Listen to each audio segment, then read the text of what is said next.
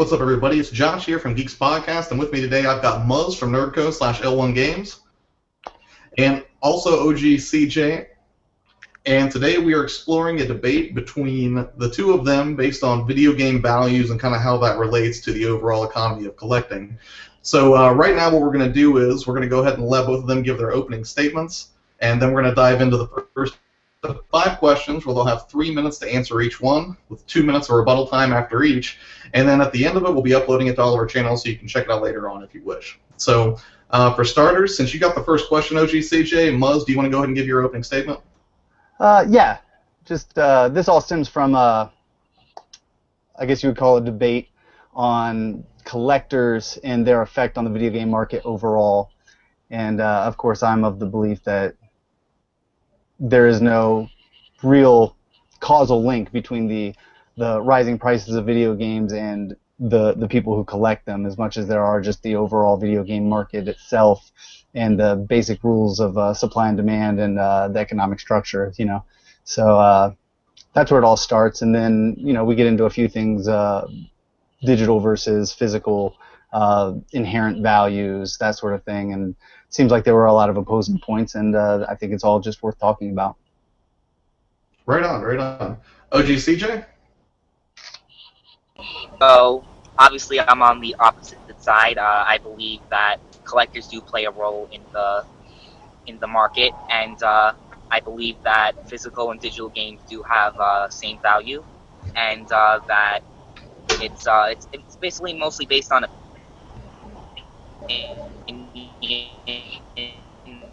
give me 1 second. I'm going to adjust the bandwidth a little bit to see if I can make sure that we don't get any lag. Had a little trouble hearing you on that one, OG. All right, well, let's just go ahead and get right into it. OG CJ, you've got the first response, and you're going to have 3 minutes to answer this, okay?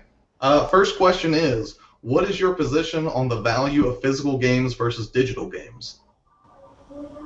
They both have the same value. They just both and they have benefits. They both have their different pros and cons. Obviously, physical games being that they could easily scratch and they could get damaged, while digital games, the thing about digital games is that the problem with them is that they can, they take up a lot of memory. They could take a long time to download, and depending on your internet connection, that may be a problem. But of course, both physical games and digital games have their pros. Digital games are easier to access. I mean, if you have a good internet connection, you can just download them off the store and they're ready. And physical or whatever store you go to, and it can be a little bit of hassle. But like I said, they both have their pros and cons, and I don't think that one is more valuable than the other. All right, are you finished with your response? You still got 2 minutes left. Do you have anything else you'd like to say?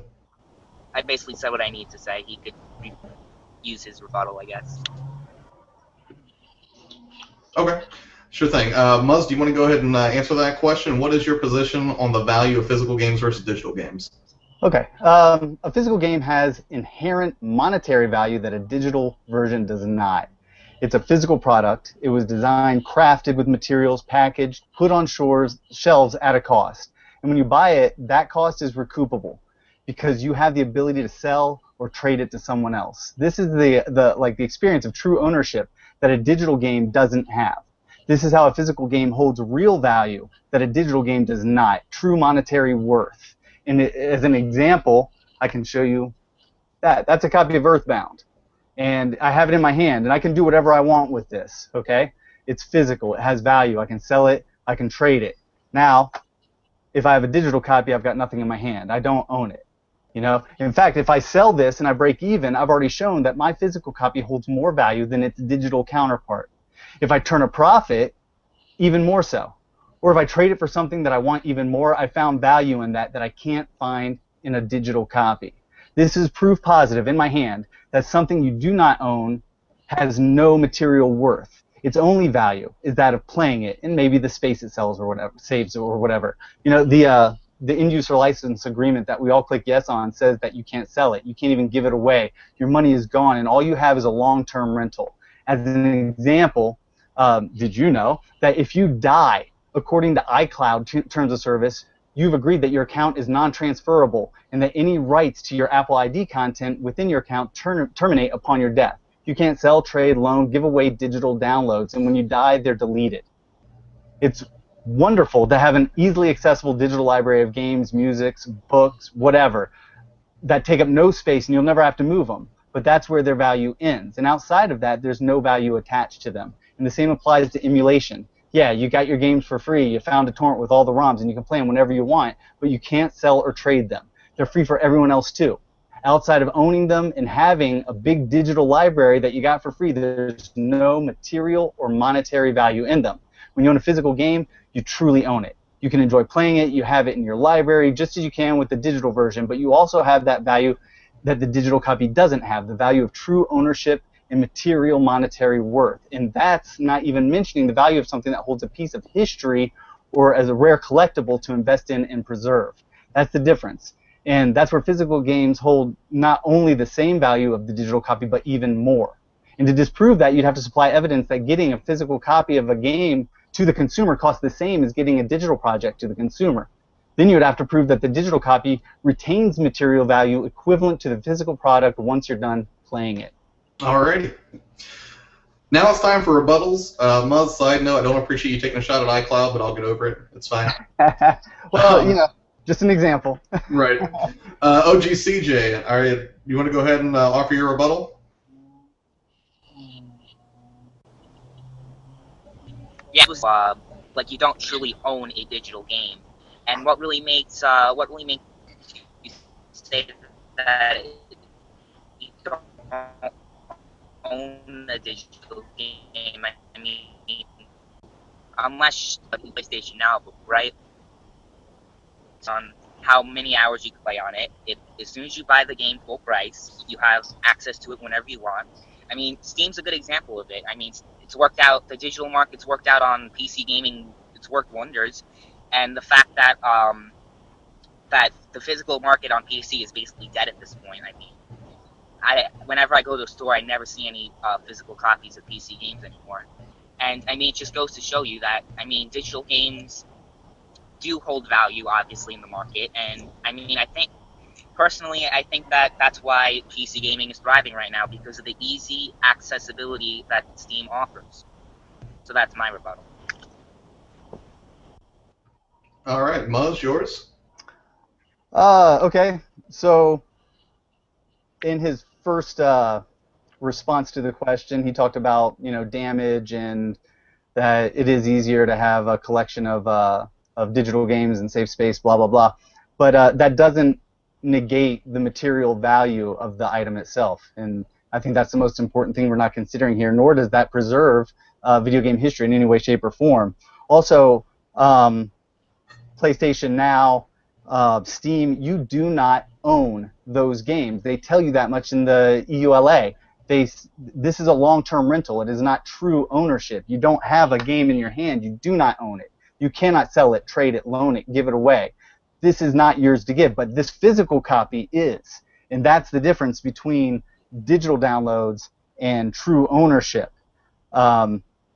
Just because physical games are dead on PC, that's because publishers and developers killed physical games on PC because it is more profitable to sell games digitally, because you do cut out the middleman. But that, you know, that's a whole entirely different subject. I would never argue that.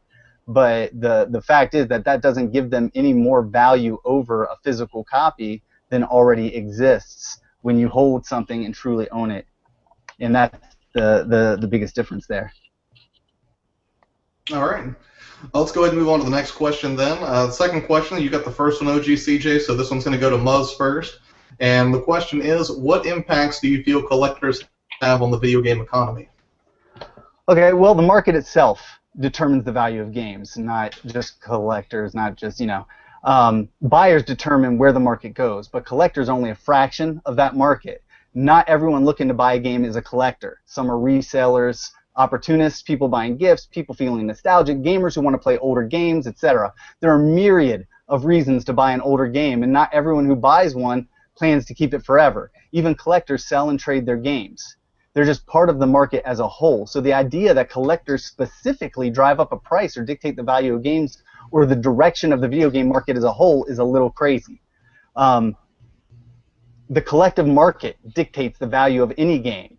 And that value depends on what the consumer, whether a collector or not, is willing to pay. It's supply and demand. And it's really simple. Buyers drive the market, and buyers pay what they think a game is worth.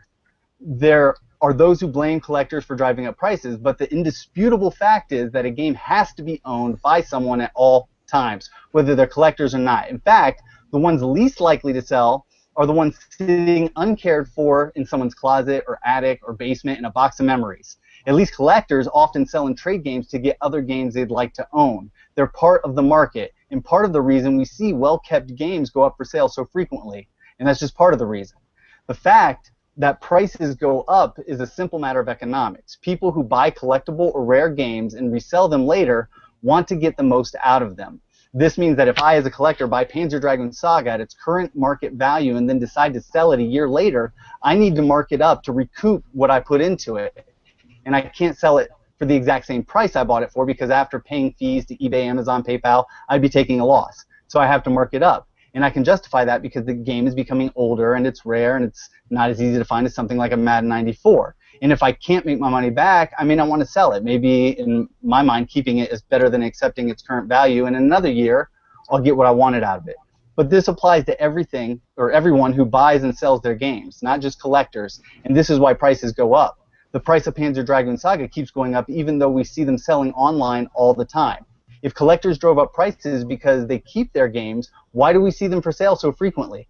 If collectors keeping them all to themselves, who's buying and selling this game over and over again? I'd think that a game, since its launch 16 years ago, that was only printed, 30,000 copies of, would have sold all the collectors by now. Every collector would have found one by now, and they wouldn't be selling it all. If these collectors kept them and never sold them, then their value would skyrocket because there'd be none available to the public. So how have collectors driven up price? By maintaining and caring for them before they put them back on the market? By accepting the market value that's set by every buyer in the world? That's not realistic. The market is a creature all its own, and no one part of the market drives it as a whole. All right. OGCJ? If you want to go ahead and take that now, what impacts do you feel collectors have on the video game economy? Yeah, I think that collectors have a huge impact on the video game market, especially because if you take a look at the retro games, if you go on, let's say, eBay or Amazon, which is the most common place that retro games are sold, you would see that the prices are high. And that is because it's not the consumer who makes the price. It's not the economy that makes the price. It's the person who is putting in an auction that's making the price. You could see that they do have a big impact because let's talk about the ones who keep the games and they don't even let's say what's the word I'm looking for? Yeah, they keep it unopened. I mean, and they just keep it and they don't even use it once or whatever. They're hurting the market simply because of the fact that those games could be used to people who actually want them, and they're hurting the market since the fact that the people it's just the fact that if you want a game, you cannot get it because the collectors are hoarding it. And I mean, I know there's a different, people have different it's that whole debate between whether or not collectors are hoarders. That's another thing. I mean, I do believe that not all collectors are hoarders, and I said that in those videos. But considering the fact that it's the people who are putting the game on auction that have the most impact on it, and the reason why the prices are high has to do with the people who are selling it, and that just goes to show you why people are downloading games through emulators and rather and buying just Muzz. So that's what I have to say about it. All right, Muzz, do you want to go ahead and offer your rebuttal? Yeah, eBay and Amazon prices aren't set by collectors.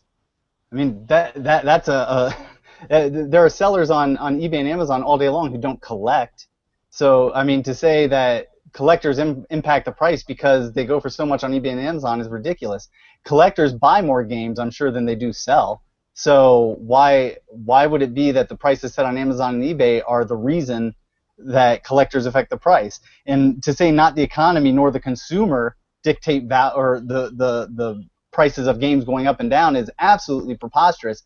The economy and the consumer is the exact reason that prices go up on games. You know, not all sellers are collectors, and you know, I mean, you talk about gamers hoarding, collectors hoarding games, but I can't think of a game that is not obtainable. You know, 5,000 copies of Snatcher, but you can go online and get one right now. You know, it's not like collectors keep them out of circulation forever. As I said before, many collectors sell and trade their games constantly so they can get other games that they want to play or to own. And they may not want to own them forever. Not every gamer collector keeps their games forever, you know? And every game has to be owned at some point. It's not like whether I own it as a collector or you own it as a person who doesn't collect is going to make a difference, because we still own it at that point. So, I mean, ownership doesn't dictate value any more than the fact that a collector owns it or a non-collector owns it. That's it. All right, OGCJ, your rebuttal? Yeah, so basically he was talking about how the collectors, the collectors do not dictate the price. Well, in my opinion, the collectors do dictate the price of games simply because of the fact that they're the one who are putting them up on auction, because they're the only ones who have them. And considering, yeah, okay, keep laughing, but considering the fact that... Sorry. Let him finish. Yeah. All right. I lost my train of thought. All right, but considering the fact that collectors are the one that are putting them on the market, not anyone else, and them keeping the games is actually lowering the demand, because less people obviously want them. It's just kind of like beating a dead horse at this point. I mean, I've said everything I needed to say. I mean, I just still believe that collectors do play an impact on the market simply because of the fact that they're the ones who are putting them on auction. They're the ones who are making the prices because it's their physical game that they own. And they're causing people to download the games through emulators and ROMs. So, yeah. All right. That's all I gotta say. Well, that brings us to our third question, and this one goes to OGCJ. Muzz, you took the last one, right? Yeah. Alrighty, and the third question for you, OGCJ, is what do you feel are the most prominent factors that determine supply and demand in the video game economy?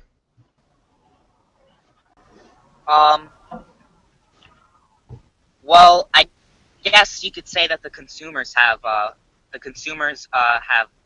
obviously have the most say in what determines supply and demand, because they're the ones who are purchasing the products. If they have the most demand, then they have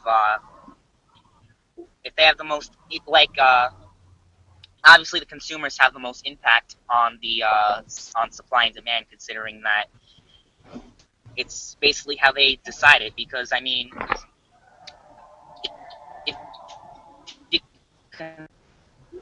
so yeah, I mean, supply and demand is kind of up in the air at this point. I mean, people have their own say on what happens. I mean, honestly, I think nothing going out by making these prices extremely expensive for no reason. And yeah, that's basically all I gotta say about it. I'm sorry, I think there were a few technical difficulties going on, but that's all I gotta say. Yeah, you cut out a little bit, but I think we got most of it. All right, Muzz, what about you? What do you feel are the most prominent factors that determine supply and demand of the video game economy? I would say production is the driving force when it comes to video games, followed by the demand for specific items. Example, the limited console launch of the PS2. When it was released in America, I believe there were only around 600,000 units available. It was a $300 system, and it was selling for thousands of dollars on the same day it was released. Case in point, those were not collectors selling them. So the question is why? Low production numbers combined with demand. They were the driving force, and they were driving the price up. As Sony produced more consoles, the supply standards were met, the price came back down. That's supply and demand at work. Price increases driven by the fact that Sony couldn't get enough consoles on store shelves to meet the demand. Demand, however, in this industry is odd. There are consoles and games out there that were not in demand at all, but because of their limited numbers, they have become very sought-after collectibles later on. This has driven up their demand and value. There are bad games that can be valuable pieces of video game history that hold no value outside their historical significance and rarity, unless someone's willing here to argue that Bubble Bath Babes or Cheetahman 2 are great games. And we all know they don't sell for so much because they were good. So it has to be their rarity. And the proof of that is in E.T. for the 2600. It was a terrible game too, but it was overproduced on a massive scale, so it's worthless today. Now imagine if there were only 100 copies of E.T. ever made. It would be a rare and valuable collectible piece of video game history today, just like the other bad games that bring in high dollars. On the opposite side, there are amazing games that aren't worth much at all because there are too many of them in circulation. Fallout 3, Mass Effect, Oblivion, Uncharted, a list that goes on forever. And right in the middle, you have good games that are in good supply, and they're right in the middle.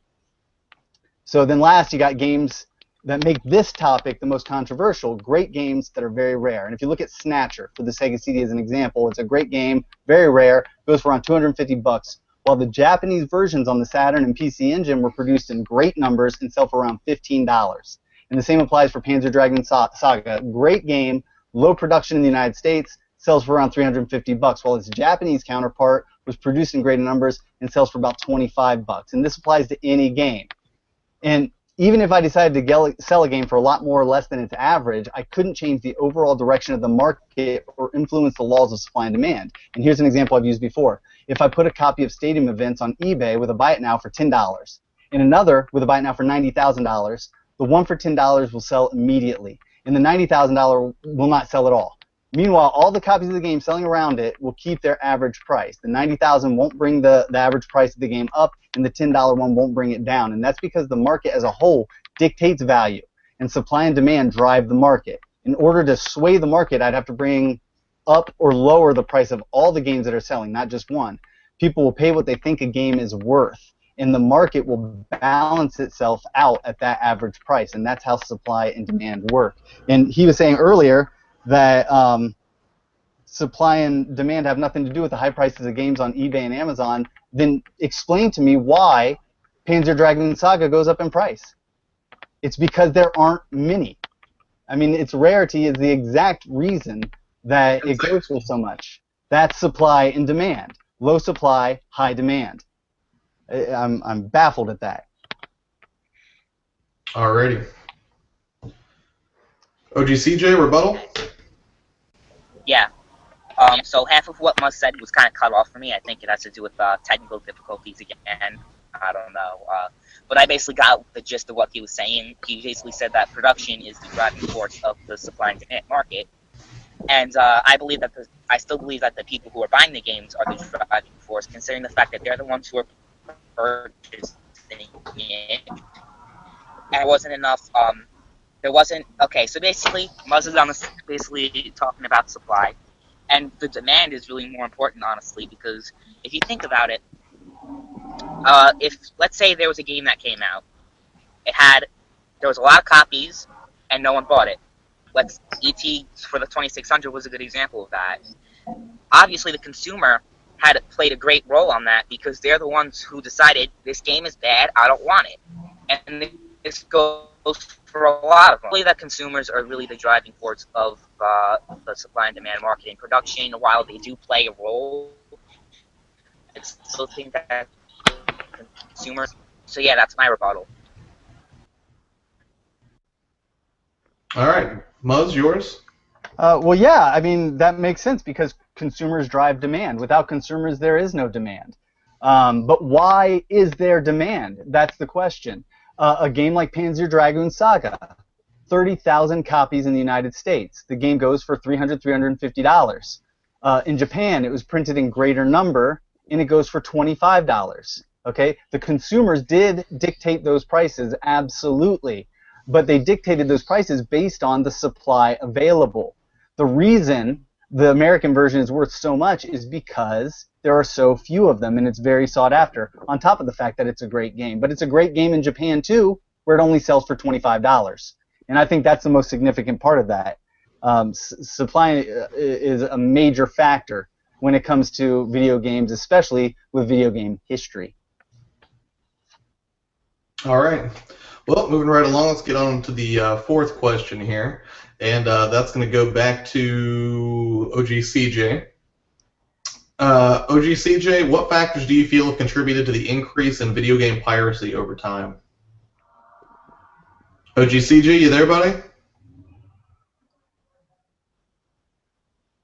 Uh-oh.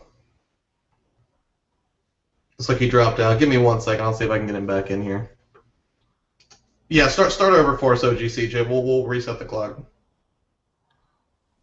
Okay, I'll restart. Okay. So obviously, olders do have piracy because if prices more affordable for older games, then less people would pirate the games, obviously.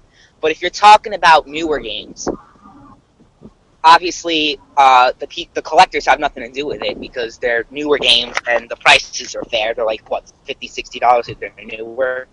So, I mean, like I said, when it comes to older games, I think that the collectors play the most role in piracy because, I mean, it's just obvious because, like I said, if the price is lower, more people would buy it legally through a ROM. So it. All right. Muzz, your response, what factors do you feel have contributed to the increase in video game piracy? Well, with physical copies of pirated games, I think it's just the opportunity to make money. There's no greater reason for piracy than profiting off of the popularity of something or people's desire to own it without paying full price for it or not to pay at all.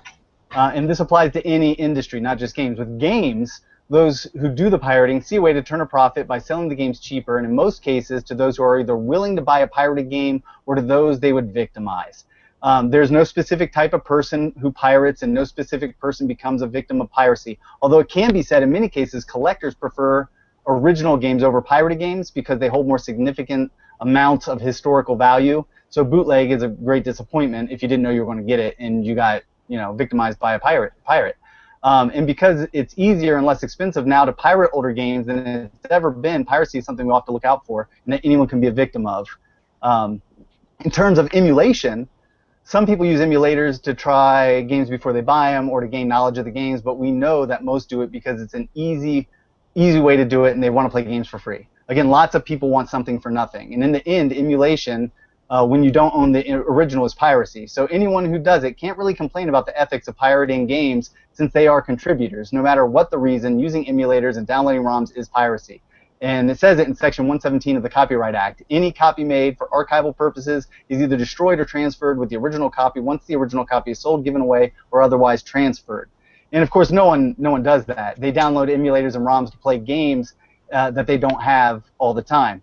And I'm not going to say I've never used emulation, but I will say that I know it's piracy, and I don't try to make it out to be something it's not or make excuses about doing it because buying the originals is just too expensive because of supply and demand.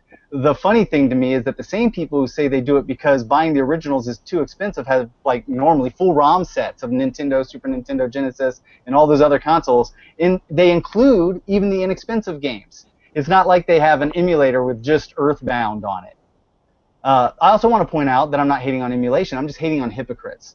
I think emulation is a great way to archive games, but it's not the original any more than a digital copy of Dune you got when you downloaded an EPUB torrent for your book or your Nook or your iPhone is a first printing of the original hardback. There are significant differences in the material worth and historical value. It's just a matter of ease and an unwillingness to pay for something. And lastly, with an emulator, it doesn't always play like the original, and aside from offering the experience of seeing what the game was like, it does nothing to preserve the historical value of an original physical copy of the game itself, which is why the physical games maintain that value, and of course, pirated games are worthless.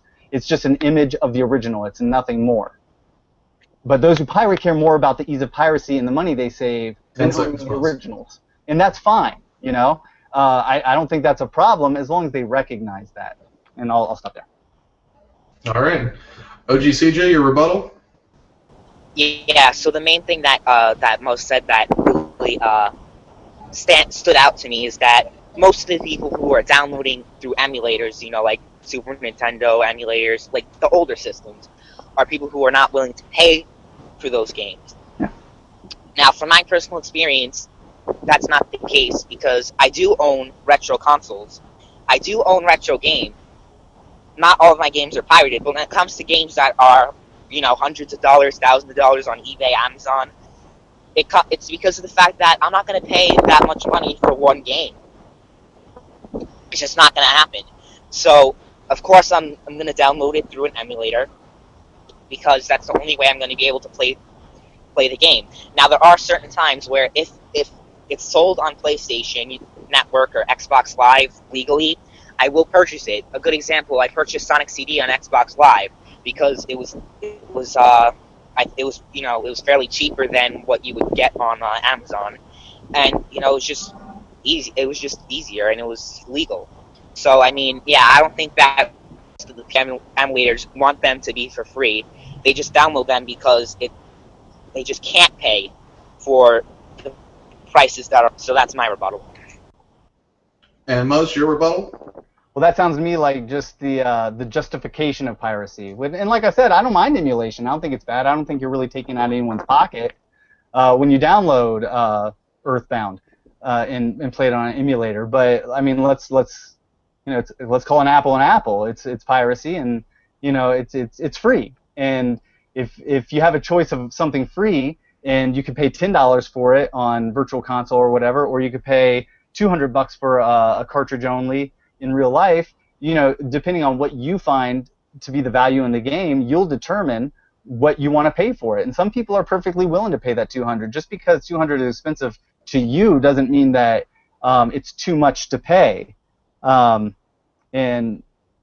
you say you own physical games but do not pay for the originals. Well, that's fine. It's fine. If you don't care about the preservation of old school games or the history of video gaming, that's fine. I never said anyone had to. I'm saying there is a reason to own the originals, and there's a reason they hold the value that they do. And again, it goes right back to rare games are more expensive. And I do think it's funny, and I mean, I'd like to hear OJCJ's answer on this one. Okay, you have ROMs, you have emulators. Do you have any ROMs and emulators to play games that don't go for more than $10? Because I would say most people, the vast majority of people who have emulators do. I do. I have some emulators. I use them generally to test out games that I want to try or games I haven't had the opportunity to try yet. My thing is that I do intend to own them. And I don't think that if a game is rare, a price is too high for it. It might be too high for me, but it's not too high for the game.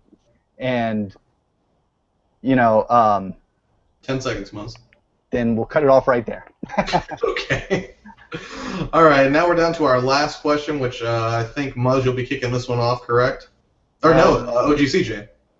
Right, because we started with him. So this is the fifth and final question. You still with us, OGCJ? Yeah, I'm there. Can you hear me? Yeah, we're going to go ahead and go on to the final question now. So, yeah, I can hear you. Number 5, what measures, if any, do you feel should be put in place to ensure the accessibility of games with a low physical production? I guess, download them through emulators.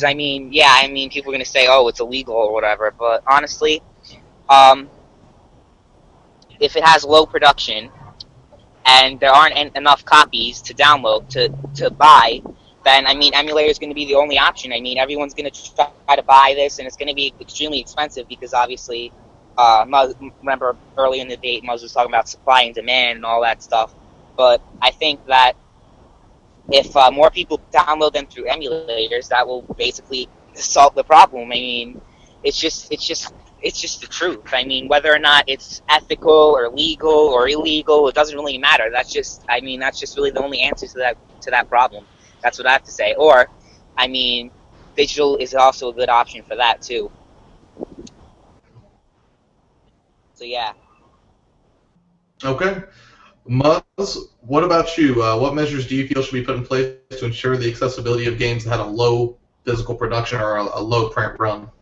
I've heard a lot of people say a lot of different things. I hear people say that companies should just print more, but that's always ridiculous. A company has to decide when they launch a game to what percentage of the console's installed base that game's going to sell. The greatest selling games of all time weren't packed with consoles have sold only to a small percentage of their installed base. A prime example is Grand Theft Auto San Andreas.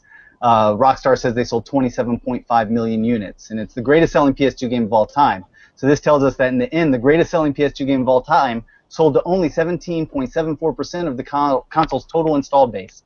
And that's a success story on a grand scale. Most games will never reach numbers like that. And if companies tried to print numbers like that, they'd all take millions of dollars in losses, they'd go bankrupt. So printing more is not the answer. Not that CJ said that, but that's just a point I'd like to make. They print what they can, and they print what they think will sell. And if they sell well, they determine whether they want to do a reprint and turn a profit off that. This is a business, plain and simple. So some games end up being rare, and there's nothing that can be done about that. That makes the physical copies more accessible to the public, at least. The measures that we need are already in place. And it's just like he said, I agree, emulation is a good way to archive. Right now we have consoles also re-releasing classic games on their digital marketplaces, and their HD collections being released for new consoles like the Hitman Trilogy or Devil May Cry collection. So if there's a game with a low production run that's unobtainable, you can download it from your favorite source of digital distribution, like OGCJ does. You can download ROMs and emulators like OGCJ does, and like millions of others do who support emulation. You can own it for free, and you never have to pay the high price for the rare originals. There are also companies that do reproductions for those who want physical games but don't want to pay the premium for the originals. So all these games are protected and easily obtainable. They'll exist forever, and with few exceptions, no one has to pay a fortune to get a game that they want to play.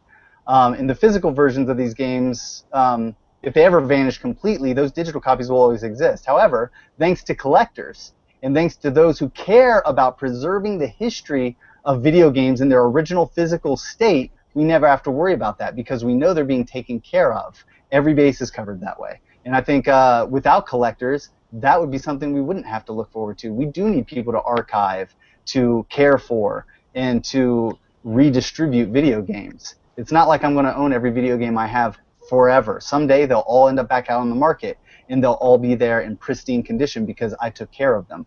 So I think that's really important. And the measures to protect those games with low production runs have already been put in place, and we don't need to worry about anything new. These companies will continue to make these reprints and re-releases and reboots. So yeah, there you go. All right. CJ, do you have a rebuttal to that? Not really. I actually agree with most of what he has to say for the first time ever. I mean, I basically some of what I said, and I agree with what he has to say. I mean, there you go. I mean, that's all I gotta say. I mean, I don't really have much of a rebuttal to him. Okay. Well, Muzz, do you have a rebuttal? A rebuttal to his non-rebuttal? Yeah, I don't even know how that works. This is why I don't do debates. Yeah. Well, I mean, that happens, and, it's good. It shows that not everyone is totally at odds. Right. Yeah, I mean, I'm glad to hear that, actually. So I will not This is have so a rebuttal on that beautiful. one. We're just bringing people together. This is a great thing.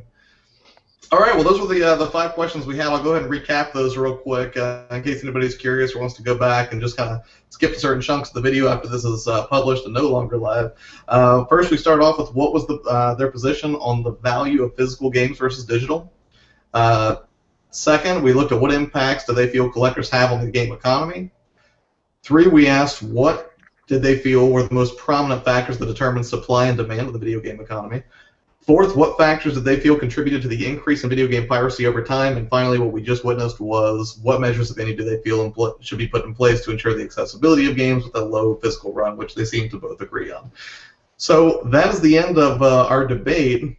Pretty much what's going to happen from this point on is we're going to have a few people watch to score the debate after we identify judges that are impartial and not, part of the L1 Games camp or not part of the OGCJ camp, since they were very much in disagreement if you've been following the videos leading up to this event. But yeah, I think that about wraps it up. Do either of you have anything else you'd like to say before we sign off here? Said it all. All right. Well, thank you guys both so much for taking the time to come out here and be on this. I hope you enjoyed it, and I hope we can do it again sometime. Yep. All right. All right, thanks so much for watching. Don't forget to subscribe to Geekspodcast, OGCJ, and Nerdco/L1 Games YouTube channels. We should have that information available here. But again, thanks so much for watching. Have a good one, and we'll see you next time. All right, later.